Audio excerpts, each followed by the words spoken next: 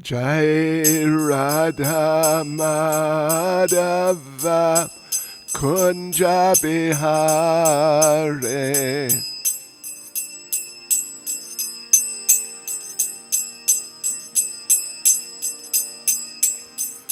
Jai Radha Madhava Kunja Bihare.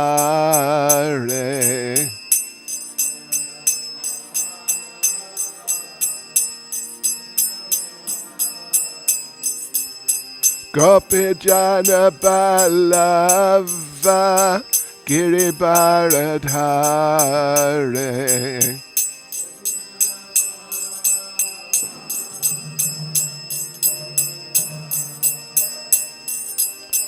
Gopi Jana Ballava Giribaradhare.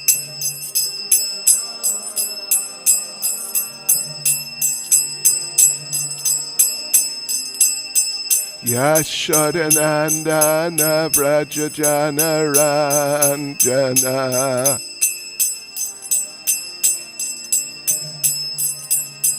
Yashodanandana Vrajajana Ranjana.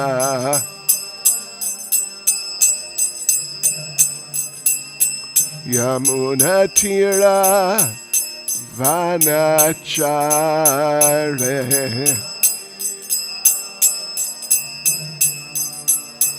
Yamunatira Vanachare.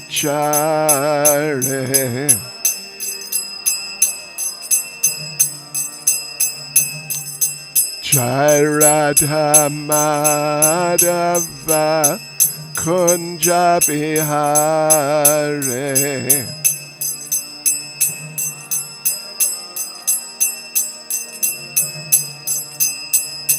Jaya Radha Madhava Kunja Bihare.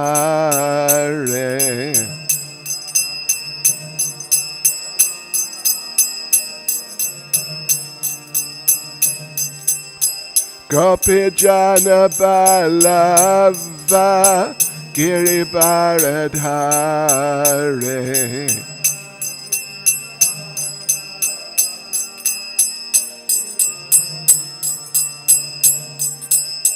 Gopi Jana Ballava Giribaradhare.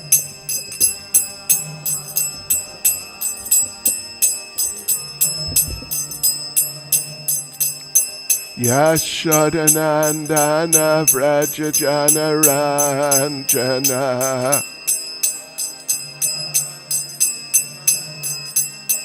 Yashodanandana Vrajajana Ranjana.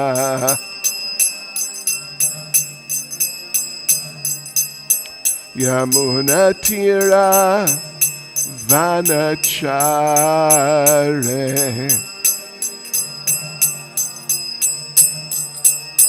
Yamunatira Vanachare.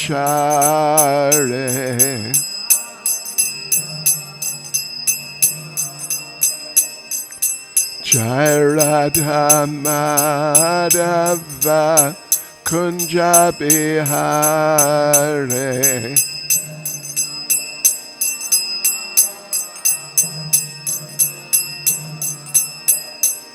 Jai Radha Madhava Kunja Bihare.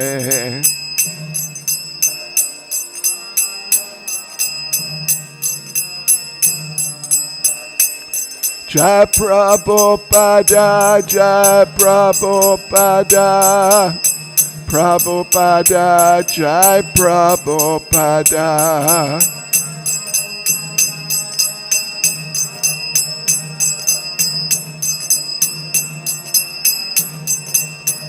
Jai Prabhupada, Jai Prabhupada, Prabhupada, Jai Prabhupada.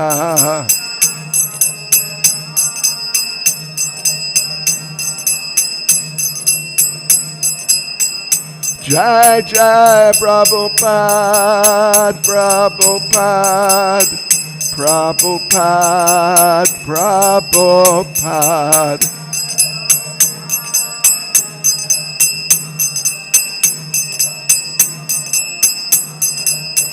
Jai Jai Prabhupada, Prabhupada, Prabhupada, Prabhupada.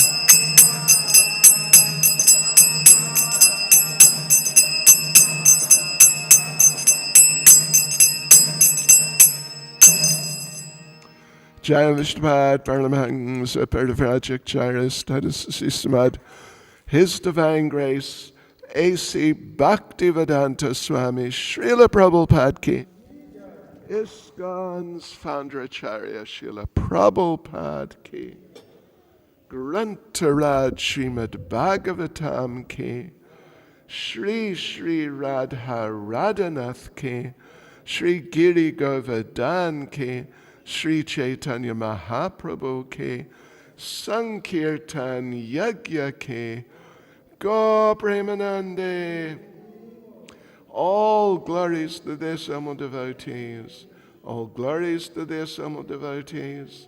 All glories to the assembled devotees. All glories to Sri Guru and Sri Gauranga. All glories to Srila Prabhupada.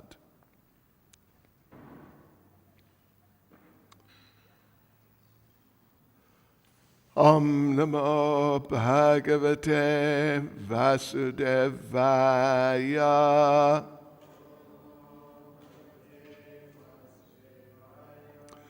Om Namo Bhagavate Vasudevaya.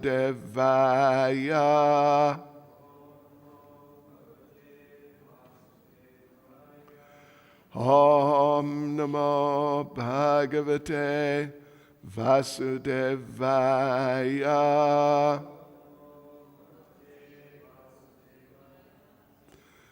Srimad Bhagavatam, Canto 4, Chapter 10. Dhruva Maharaja's fight with the Yakshas. And someone will have to clarify a bit. What verse 10 is it? Anyone knows? I was told 10, starting with 10, which has no purport, then 11 and 12, which has no purport, 13, 13's got a bit of a purport. And I suppose on your sheets, you have all the verses, is it? Everything. So I will just, let me see, I will read through to verse 13. We'll do verse 13 together. Otherwise, I'll just read the verses beginning with 10 myself. Oops. Right, so this is verse 10. Te pichamum amrishyanta padasparsham ivoraga sharar avidyan yugapad dvigunam prachikersava. Translation. Just like serpents who cannot tolerate being trampled upon by anyone's feet, the yakshas, being intolerant of the wonderful prowess of Dhruva Maharaj, threw twice as many arrows, 6 from each of their soldiers, and thus they very valiantly exhibited their prowess. Verses 11 and 12. Tata parigha nistrimshai prasashula parashvadhai shakti rishtibir bushundibish chitravajai sharairapi Abhyavarshan prakupita saratam sahasaratim ichantas tat pratikartum ayutanam trayodasha.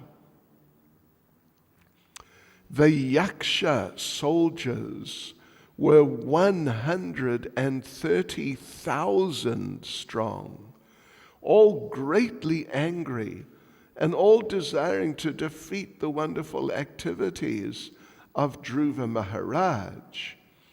With full strength, they showered upon Maharaj Dhruva, along with his chariot and charioteer, various types of feathered arrows, parighas, iron bludgeons, nistrimshas, swords, prasashulas, tridents, parashvatas, lances, shaktis, pikes, rishtis, spears, and Bushundi weapons.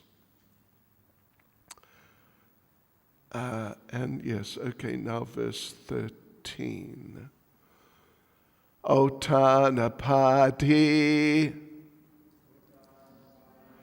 sa tada shastra varshena burina na evadrishyata chana asarena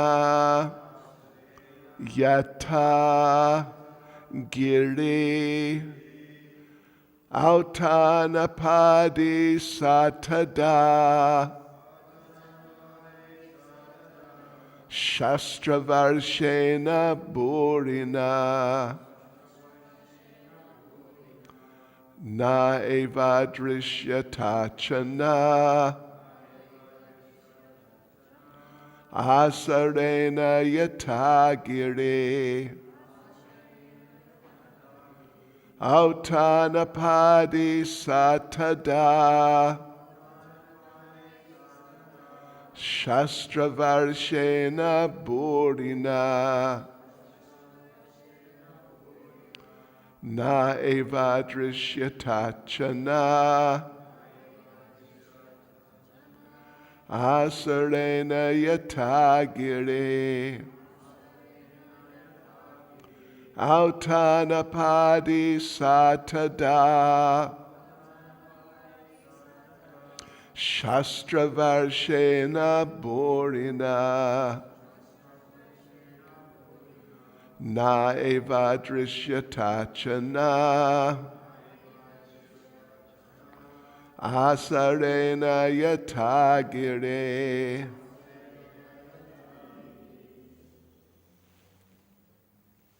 So,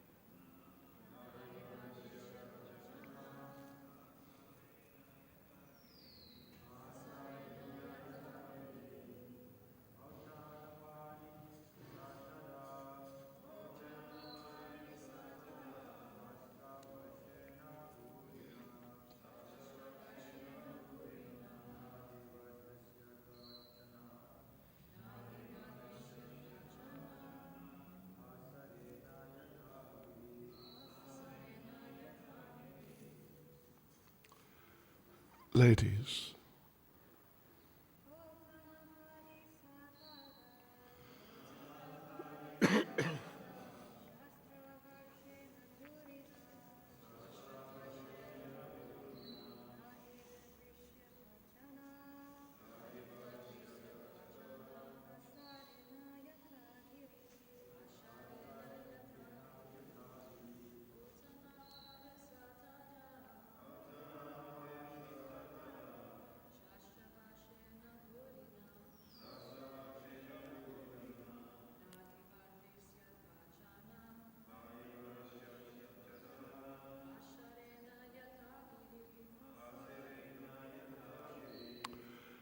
Autanapadi Dhruva Maharaj Sahi Tada at that time Shastravarshena by a shower of weapons Burina incessant Na not Eva certainly Adrishyata was visible Achana being covered Asarena by constant rainfall Yata as Giri a mountain. Translation: Dhruva Maharaj was completely covered by an incessant shower of weapons, just as a mountain is covered by incessant rainfall. Purport by Srila Prabhupada. Srila Vishwanath Chakravarti Thakur points out in this connection that although Dhruva Maharaj was covered by the incessant arrows of the enemy, this does not mean that he succumbed in the battle. The example of a mountain peaks being covered by incessant rain is just suitable. For when a mountain is covered by incessant rain, all dirty things are washed from the body of the mountain. Similarly, the incessant shower of arrows from the enemy gave Dhruva Maharaj new vigor to defeat them. In other words, whatever incompetency he might have had was washed away. Autanapadi satada shastravarshena burnina na eva drishyatachana asarena yata gire. Dhruva Maharaj was completely covered by an incessant shower of weapons, just as a mountain is covered by incessant rainfall. Nama Om Vishnupadaya Krishna Prestaya Bhutale Srimati Bhaktivedanta Swaminiti Namane Namaste Saraswati Deve Gauravani Pracharane Nirvishesha Shunyavadi Pastyatya Deshatarne Sri Krishna Chaitanya Prabhu Nityananda Sri Advaita Gadadha Shivas Adi Gaura Bhaktivinoda Hare Krishna, Krishna Krishna, Hare Hare, Hare Rama, Rama Rama, Hare Hare. Vanchakalpatarubhyascha kripa sindubhya eva cha, Patitanam pavanebhyo vaishnavebhyo namo namaha. Srila Prabhupada ki jai. Yes, so this is Dhruva Maharaj's fight with the Yakshas, very dramatic situation. And there's a few interesting points here that, first of all, that Dhruva Maharaj, he was so much being attacked by 130,000 Yaksha soldiers, all of whom were greatly angry and all desiring to defeat him. And with full strength, they showered upon Dhruva Maharaj and his chariot and charioteer. All these different, there's like several or even 10 or so types of weapons, various types of feathered arrows, then iron bludgeons. Not exactly sure. Maybe it's sort of like a club of some sort. swords, tridents, lances, pikes. A pike is it's bigger than a spear. It's a relative of a spear, but bigger. And then spears, and then bushundees, which I don't know what that is. I don't think any of us do really. We don't have a lot of experience with these things. But 130,000 of these soldiers, they're professionals, and they are just showering these things. The verse before said, every soldier, that's 130,000, was firing 6 at a time. That's about getting towards 1 million, at least 800,000 at a time. And, well, Dhruva Maharaj was completely covered by these things. But, as Prabhupada puts it, he did not succumb, which is a very gentlemanly way of saying that he wasn't killed or sort of cut into small pieces even by this fantastic quantity of deadly weapons. But rather than be killed, he became stronger. He became more inspired and excited and determined to oppose them. Prabhupada says, gave Dhruva Maharaj new vigor to defeat them. So, anyway, I think it's a very important point to just, it's difficult to really digest, but at least try to accept, is that these warriors in those days, and Dhruva Maharaj here particularly, they were able to live through, survive, and even come out the other side stronger, massive attacks, huge amounts of weaponry.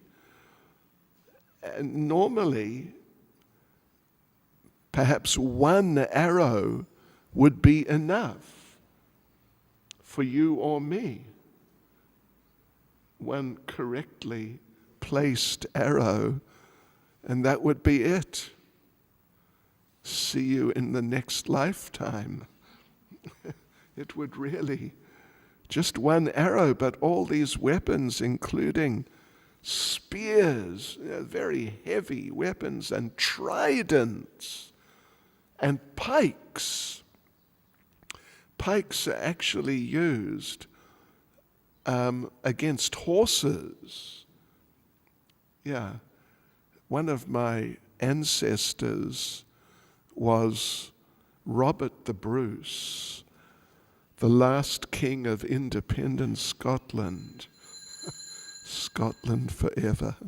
Not really at all. Absolutely not really. But he defeated the British. In the Shri Shri Radha Radhanath Shri Giri Govardhan Shri Chaitanya Mahaprabhu Ki Jai. He and his smaller group of Scottish warriors defeated the whole British army at the Battle of Bannockburn. I don't think many of you know much Scottish history. He defeated the British, using pikes. How's this for a bit of kind of useless information? But pikes, they in a sort of a gully, a restricted width place, the British were coming on horseback, loads of them. And the Scots put up these like walls of pikes, these big, heavy spears, sharpened at one end, but otherwise placed in the ground. And the British just ran on top of them and got slaughtered. That's a pike. They had pikes and tridents. Oh, Krishna. And they're hurling them, 100,000 of them, 6 at a time. 6 times 130,000 is 780,000. It is, isn't it? It is. And he not only survived, but he came out stronger, more vigorous, and more inspired, and like that. It's completely inconceivable by our standards. But sometimes we read of situations like this, military situations. In Srimad Bhagavatam, there's a number of such descriptions of so many deadly weapons being hurled at someone, but they survive and they come out even better. So these people, Dhruva Maharaj, of course, he is living in Satya Yuga. Right at the beginning of Satya Yuga, Dhruva Maharaj is, what is he, the great-grandson, or the great-grandson of Lord Brahma, or grandson, or Swambhuva Manu. Anyway, he's just first early stages, very early stages of the first Satya Yuga in this day of Brahma. So these people, I'm just myself preparing for Bhakti Vaibhava, and I'm actually going through the 8th chapter right at this point. And I was reading yesterday, yesterday I read that Dhruva Maharaj was referred to by the Sanskrit word manana. Manana means a man. And Srila Prabhupada in the purport, he pointed out that this word manana is being used for Dhruva Maharaj, that he is a human. Prabhupada made that point in the purport, which I just read yesterday. So, but he, compared to humans nowadays, he's a completely different category of human. In the Satya Yuga, they lived for 100,000 years, particularly at that stage, early Satya Yuga. As Satya Yuga went on, gradually reaching Treta Yuga, then by the time Treta Yuga began, the lifespan was 10,000 years. So it's not like it's 100,000 years, and then suddenly Treta Yuga comes and suddenly it's just 10,000. There's this gradual decrease. But right at the beginning, everyone was living, it was just normal to live for 100,000 years. And that means their material bodies are just so much stronger and made of matter. It's still earth, water, fire, air, and ether. It's still these material elements, the basic elements, but of a much higher grade than what our bodies are made of. Our bodies, maximum live 100 years or something like that. And generally, very few people reach 100 years. It's more like if you're in good health, if you've lived well, you may live 80 years, you might live 90. I actually read yesterday in Japan, for women, the average life expectancy now is 87. And for men, it's 80. Ladies always, on average at least, live longer than men. So, but here in South Africa, it's less.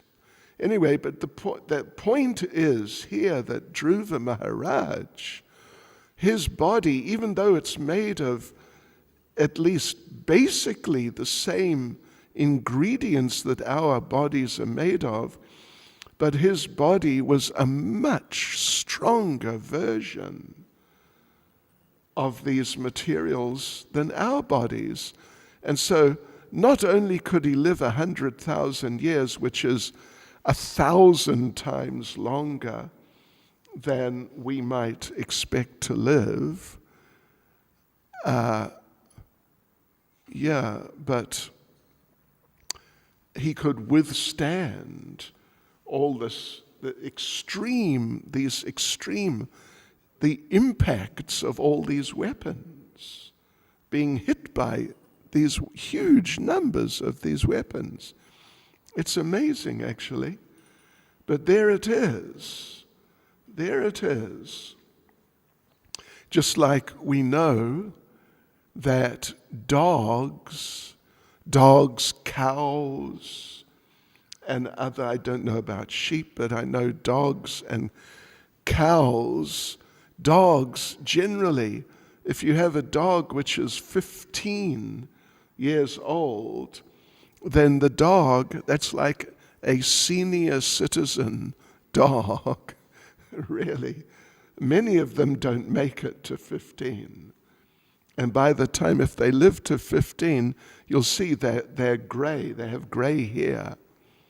And cows, it's more or less the same. They'll generally live to 15, but if a cow lives to 20, that's a very old cow. But their bodies are made of basically the same materials as our bodies. It's just flesh and blood and bones and a nervous system and a brain and etc. But because our bodies are made of a higher grade of those materials, our bodies just live on at least 50, 60, 70 years is just normal. Yeah, so, but now Dhruva Maharaj, his body was of such a nature that not only could he live 1,000 times longer than any of us at the absolute maximum might live, but his body could withstand these impacts. Anyway, that's just an interesting little point. But then the second point is that not only could his body withstand the impact of all these weapons, but, as Prabhupada says, well, he developed a new vigor. Vigor normally refers to a physical condition, and whatever incompetency he might have had was washed away by the impact of all those weapons. And the example given is just like a mountain peak. If there's very heavy rain on a mountain peak, then whatever dirt and so on may have accumulated there just gets washed away by the heavy rain, and in this way the mountain peak becomes sort of effulgent and just refreshed looking. Yeah, it's like that. And Srila Prabhupada, well, Shastra on a number of occasions talks about, well, there's a chapter actually in the 10th canto of the description of autumn. And the description there is that during the rainy season, because particularly in those days, even in nowadays, although it's not as sort of rigidly fixed as it was, but there used to be a rainy season. And even now, there is more or less a rainy season, you could say, in India.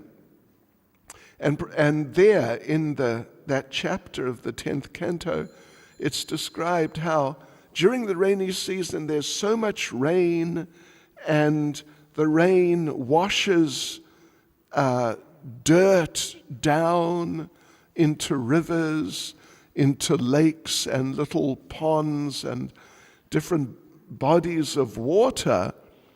So at the end of the rainy season, they're all dirty. They're all dirty because all the water, the force of the heavy rain, monsoon rain, just washes all the dirt down into wherever it will reach. So, but then in autumn, there are very gentle rains. And the effect of the gentle rains is that these rivers and lakes and ponds and kunds, they become cleansed. And so they're very nice and clear, and they just look very nice like that. So the principle here with the mountain is the same. And of course the idea is that the example of the mountain is given to illustrate the situation with Dhruva Maharaj, that the same thing happened to him. He came out of all of this sort of, you could say, invigorated, and whatever incompetency, I don't know exactly what the idea is there, but any possible hesitation perhaps was washed away, and therefore he is about to get back into it even more. One man versus 130,000. What can you say? Hare Krishna. Dasarath, Lord Ramachandra's father, was celebrated because he could defeat 10 chariots. That's what it means, Dasarath, like Rathayatra, and Das means 10. He could defeat single-handedly 10 warriors, each of whom had their own chariot. Means they were at a great advantage. But he could defeat them. In fact, he did. He actually did that. And then after he had done that in some battle, then as a type of appreciation or glorification, he was given the name Dasarath to glorify him, celebrate him as a great warrior. So anyway, there is an application here, though, for ourselves in terms of our efforts, attempts in Krishna consciousness.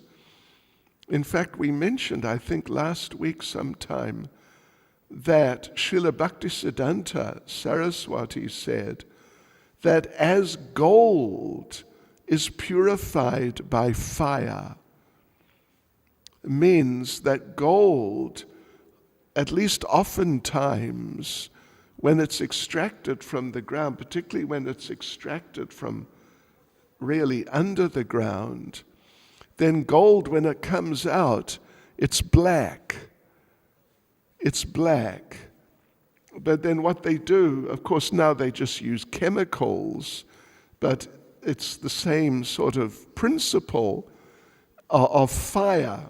The chemicals burn burn the black rock and burn away the impurities, and you're left with actual gold, like effulgent, brilliant gold.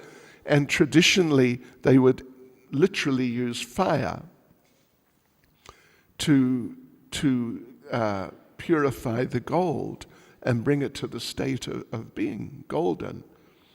So Srila Bhaktisiddhanta said like that as gold is purified by fire, then the devotee is purified by the fire of ordeal. Ordeal, of course, means being under some considerable pressure and placed in a difficult situation. But if one takes shelter of the Lord, if one takes shelter of the spiritual master, if one takes shelter of the Lord, if one takes shelter of the holy names, if one takes shelter of the process of devotional service, then even in such a situation, not only can one come through without being sort of beaten down and defeated and just one's position in Krishna consciousness becoming lessened, but one can actually come through strengthened, inspired, and excited and appreciative of Krishna consciousness so much more. So therefore, when devotees experience difficulties, when they experience tests, well, we've mentioned on a number of occasions before, Bhakti Tirtha Maharaj said on a number of occasions, he would say, when I see a test coming to me in my Krishna consciousness, I think, here comes Krishna in the form of a test. So he said he would feel excited. He wouldn't feel like, oh no, what's happening now? He would feel excited and he would embrace it in that mood, with that attitude. And I mean, basically always he would be enlivened and excited and he would come out successful. So, therefore, for devotees, when tests and challenges and difficulties come, whereas the materialists will definitely think that, oh no, some problem, oh gosh, what is going to happen, and so on and so forth like that. And, be defeated from the outset. Just be defeated by thinking about the test, what to speak of trying to deal with it. Yes, but the devotee is not like that.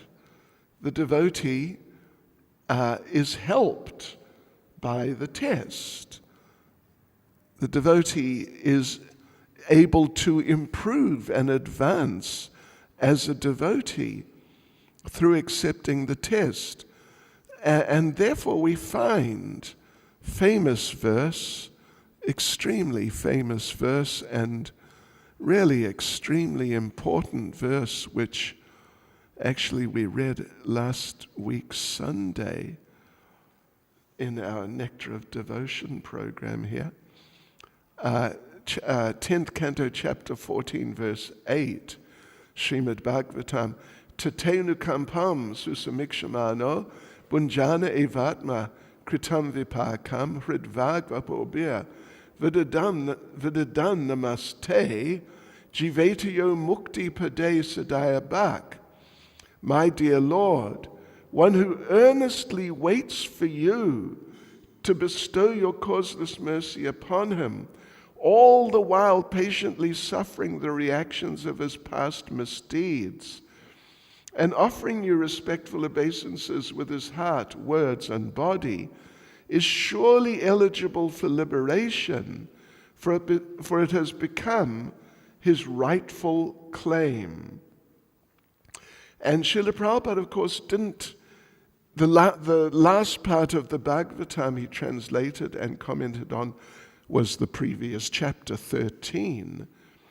So he didn't exactly give a purport to this, but in Nectar of Devotion, where this verse appears in the 10th chapter, Prabhupada does give a purport, and it's just an amazing and wonderful purport.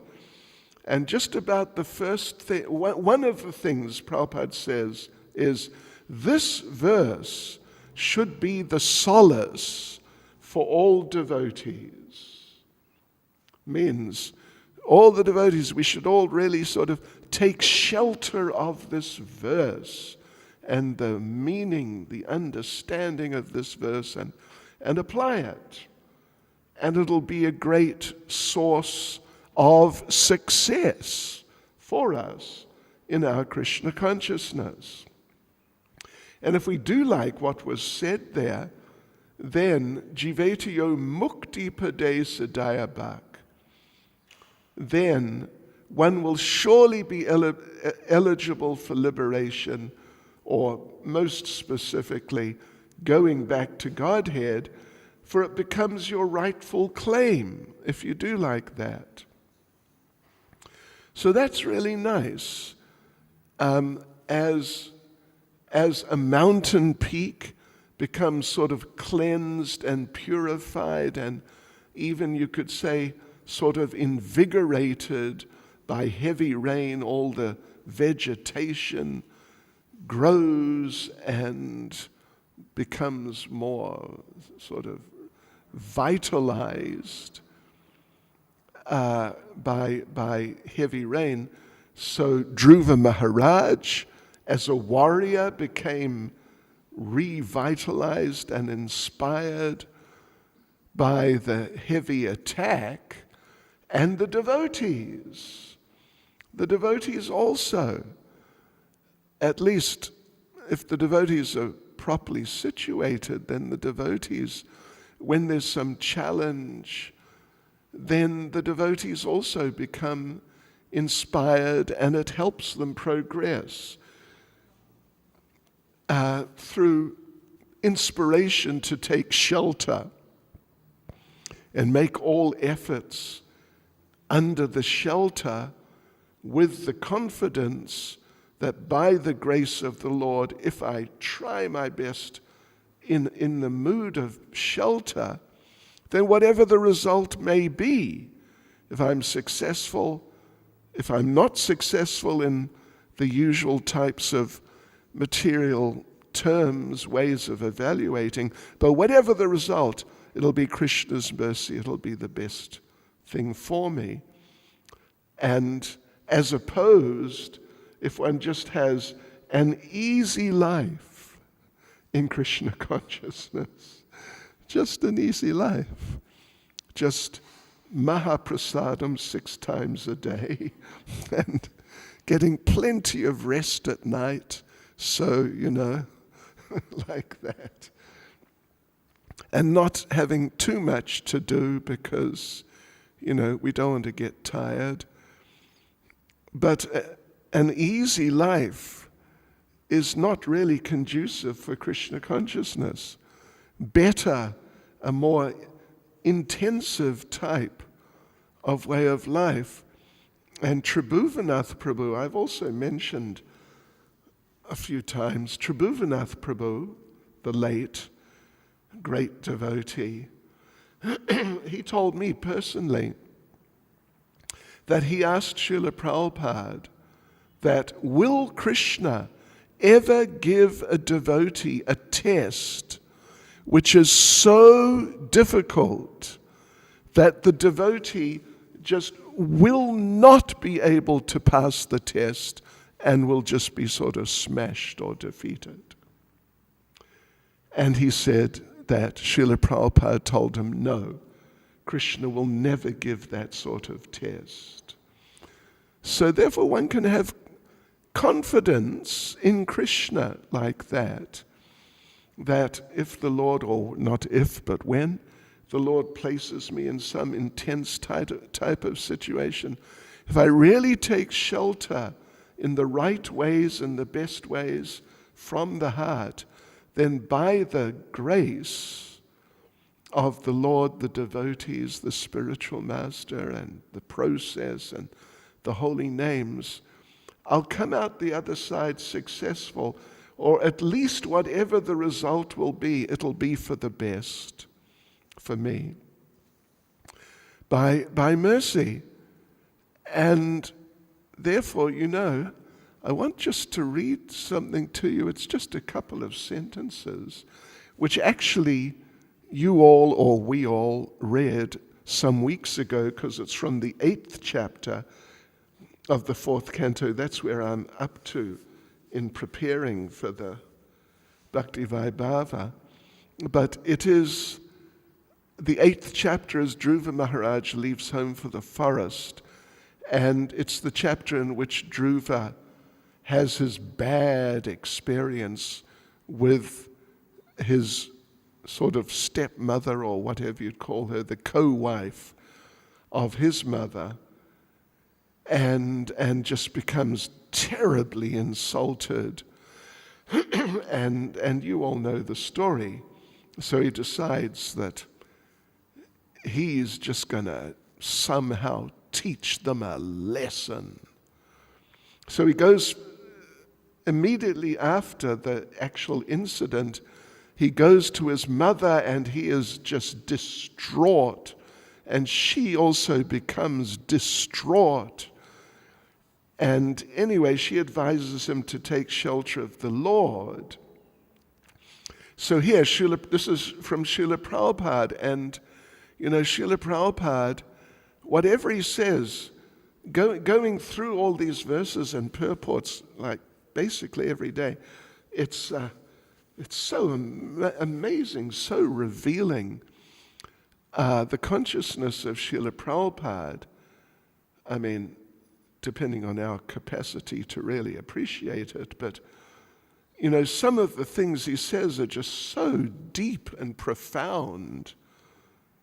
It's amazing.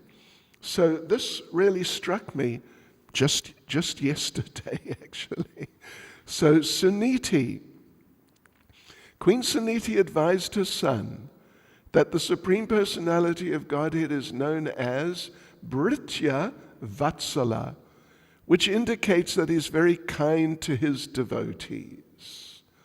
Bhritya means devotee, and Vatsala means very merciful, very dear. And she said to Dhruva, Prabhupada saying, "You came to me crying, having been insulted by your stepmother, but I'm unable to do any good for you. But Krishna is so kind to his devotees that if you go to him, then the combined kindness of millions of mothers like me will be surpassed by his affectionate and tender dealings.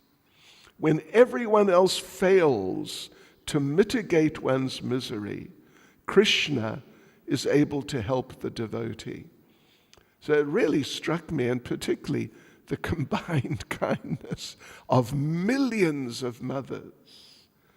Millions. I mean, she is just, Suniti, just absolutely sold out to her son, to Dhruva, and just completely overflowing with love and kindness and well wishes and desire to help. And, that's quite something to have a mother like that. That is really quite something. But the combined kindness of millions of mothers like me. Krishna's so kind. He will be that kind. The combined kindness of millions of mothers like me will be surpassed by his affectionate and tender dealings. Yes. So really, that's the case. And for the devotees, that's the case. That there's so much mercy available from Krishna, we can basically not, we certainly can't understand the extent of it. We can hardly begin to understand a little bit of it, but it's there. And if we apply ourselves in the right ways in Krishna consciousness, then more and more will come, and more will appreciate how more and more can come and will come.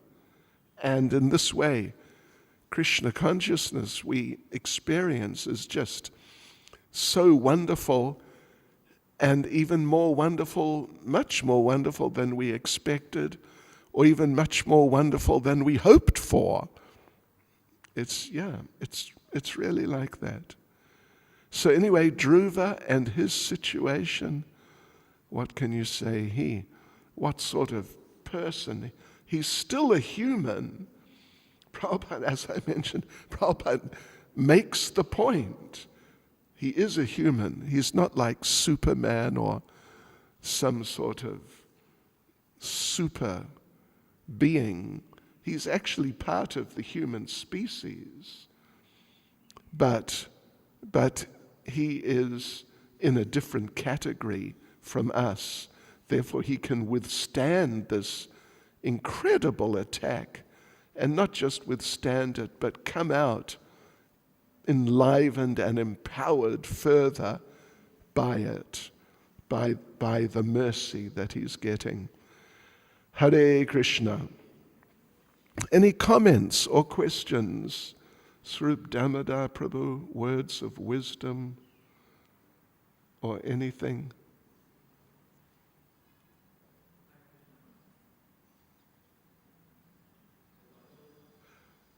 Barely, but a little. If you speak loud.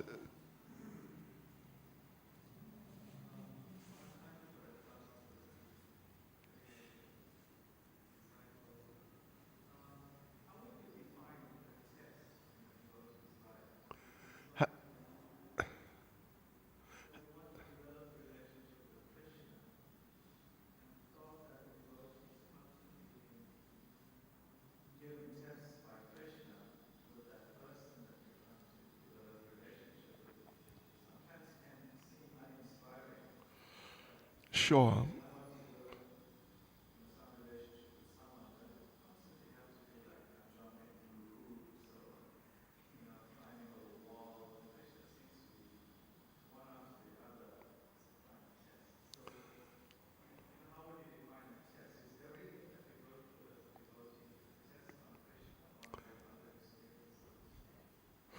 Well, that's a sort of multifaceted, what you've said. But what is a test for one devotee is just nothing for another devotee. For one devotee to be in charge of one other devotee, may be too much. They may actually not be able to do it. But for another devotee to be in charge of 100 devotees or 1,000 may just be, So it depends on the devotee, but I think that's an important consideration. It depends on the devotee. So Krishna being, and Krishna and Krishna consciousness being very personal. Well, Krishna consciousness being very personal because Krishna is very personal. Generally, I would say, in the general sense, a test is something kind of personalized for us as individuals. And but it would be something which will sort of challenge us.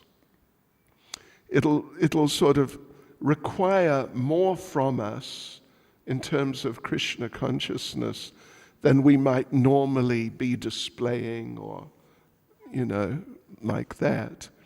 Something like that. And sometimes there may be it may be like quite a bit more than we would normally be displaying. And then we think, wow, what is the situation I'm in? What am I meant to do?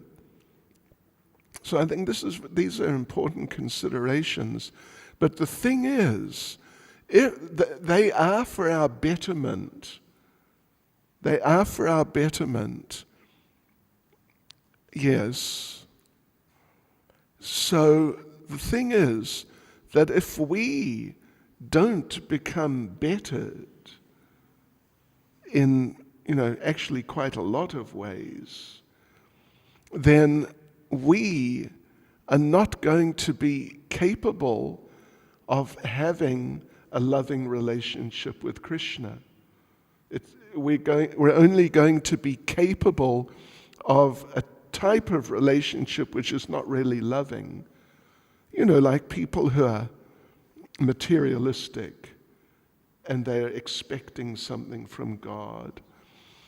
So, if we don't become purified of that type of tendency, even, maybe we're not exactly like materialistic in that sense on a regular basis, but generally many of us, or all of us, or definitely many of us, we have those tendencies. Old habits die hard, that we can become sort of, some material attitudes can come up in the course of our devotional service. So we need to whatever degree that might be true, which will depend on the devotee, but we need to get free from even like these subtle things, so that, and otherwise we won't be able to develop a relationship with Krishna which is really of a truly loving nature. It'll always be limited by our tendencies to sort of get diverted into a material type of, even subtle material consciousness under certain circumstances. There's the story of Sridham, which it's kind of a folk story really, from Bandiravan, of how Krishna told him I'm coming back, I'm going to Mathura, but I'm coming back, just wait here. You know that story? Yeah, just wait. And Sridham said, well, I just got this feeling you're not coming back. And Krishna said, no, just wait here, you'll see. But Krishna didn't come back. He said he'd be back the next day, or at least the day after that, but he didn't. And he didn't come back after a week, or even a month, or 3 months, or 6, or a year. Eventually, as the story goes, Krishna came back 450 years later as Lord Chaitanya, and Sridham had turned into a deity. And Krishna embraced him and said, see, I told you I'd come back. Or Lord Chaitanya embraced him. I told you I'd come back. That sort of perseverance in Krishna consciousness is only possible in a purified state. Otherwise, if one is just partially purified, which, generally, the devotees are partially purified. They're not just like the materialists, but they're not like the very elevated devotees. So some perseverance is there, but then there's a breaking point. So we need to go through these types of experiences and challenges and if we apply ourselves in these ways, then gradually it'll bring more and more of the actual best out from within us.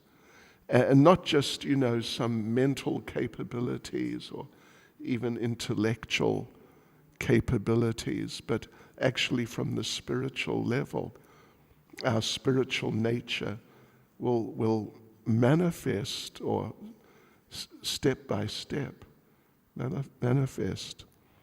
So therefore, these tests are mercy. Because if we don't go through them, they're part of the program. One other part is just carry on chanting. And if you just carry on, you just become purified more and more and more. But another part of the program is you got to face challenges.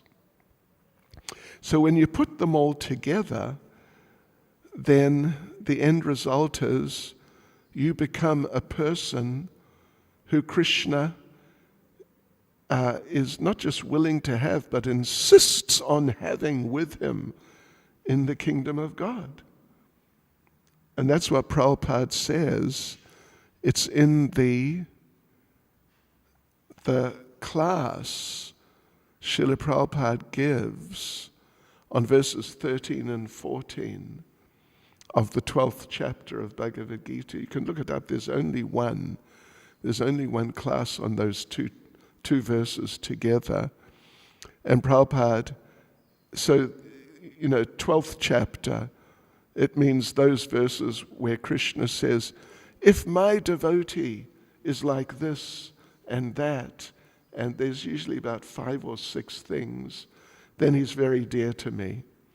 So Prabhupada begins the class by saying, yes, this is Krishna consciousness. How will Krishna love me? In other words, how will I become such a person that Krishna will love me and I'll be capable of having a loving relationship with him, rather than some other type of relationship which there may be some mixed elements in them. How does that sound? Hare Krishna. Sorry, yes.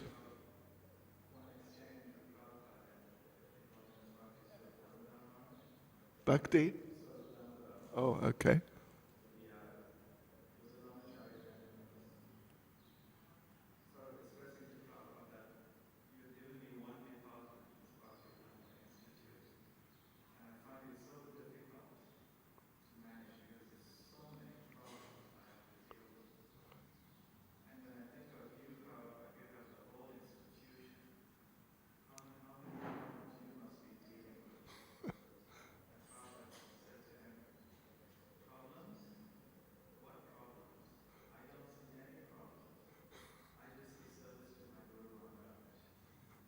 Okay.